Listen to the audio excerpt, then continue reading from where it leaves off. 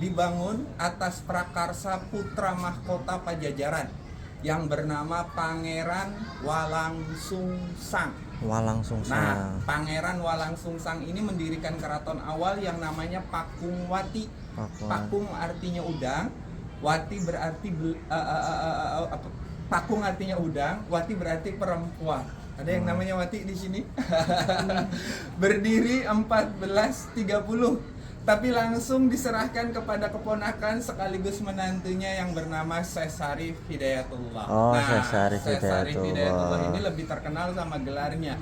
Ada yang tahu gelar dari Syarif Hidayatullah siapa? Pernah dengar gelarnya? Kita tidak mencari pintar dan bodoh. Saya pernah dengar. Saya salah, tolong dikoreksi. Sunan Gunung Jati. Kalau dari mulut saya keluar Syarif Hidayatullah, itu namanya, gelarnya Sunan Gunung Jati. Lewat tangan dingin beliau, Islam berkembang pesat. Setelah berkembang, lewat keraton awal Pakungwati, Belanda masuk. Lewat sistem politik adu domba, keraton awal Pakungwati dipecah menjadi 3 keraton kecil: Kasepuhan, Kanoman, dan Kacirebonan. Nah, dari 3 keraton yang saya sebutkan di awal punya raja sendiri, punya istana sendiri, dan punya daerah kekuasaan sendiri. Tapi letaknya tidak jauh, 500 meter ke arah utara itu keraton Kanoman. Ke arah baratnya lebih dekat lagi, cuma 300 meter, keraton Kacirebonan.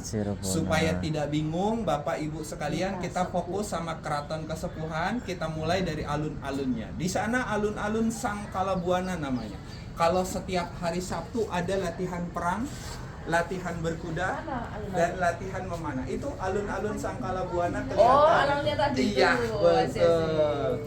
Di sana alun-alun Sangkalabuana kalau setiap hari Sabtu ada latihan perang, latihan berkuda, dan latihan memanah. Ritual adatnya itu namanya Sabtonan. Karena dilaksanakannya di hari Sabtu.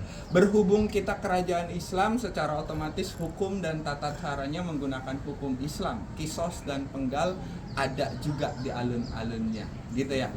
Nah, dari alun-alun Sangkalabuana kita mundur ke belakang. Ini namanya Kompleks Siti Inggil. Siti artinya tanah, Inggil berarti tinggi. Kompleks Siti Inggil ini ada 5 buah bangunan, punya fungsi masing-masing. Tempat duduk kita sekarang namanya Mande, Malang Semirang. Tempat duduk Sultan, Permaisuri, dan anak-anaknya untuk melihat pertunjukan yang saya bahas di awal tadi. Mande. Di sebelah kanan saya namanya Mande Semartinandu, tempat duduk seorang penasehatnya. Kalau di sebelah kiri saya namanya Mande Pandawalima, tempat duduk panglima perangnya. Kalau di belakang saya namanya Mande Pengiring, di sana pengawal-pengawal pribadi sultannya. Kalau di sebelah Mande Pengiring ada tempat lagi namanya Mande Karsmen. Di sana setahun 2 kali sampai detik ini masih kita laksanakan saat Idul Fitri dan saat Idul Adha. Gamelan akan dibunyikan di tempat itu. Tujuannya untuk menyambut Sultan sholat Idul Fitri dan Idul Adha. Karena uniknya sholat di sini seorang Sultan 2 kali. Sholat yang pertamanya Idul Fitri atau Idul Adhanya di musola, namanya Langgar Agung.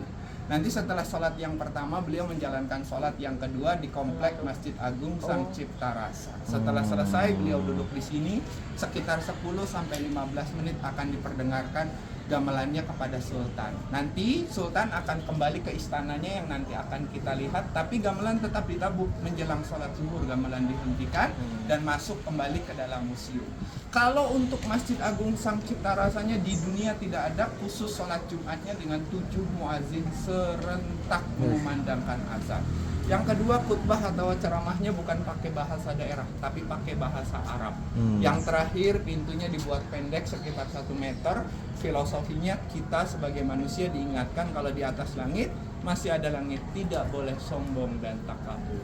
Untuk sementara sejarah singkat dari Keraton Kasepuhan itu dulu. Kalau ada pertanyaan silahkan diajukan. Saya bikin step by step, karena kalau saya jelaskan semuanya di sini nanti jalan-jalannya nggak asik lagi. Jadi triknya saya per lokasi, per area akan saya jelaskan.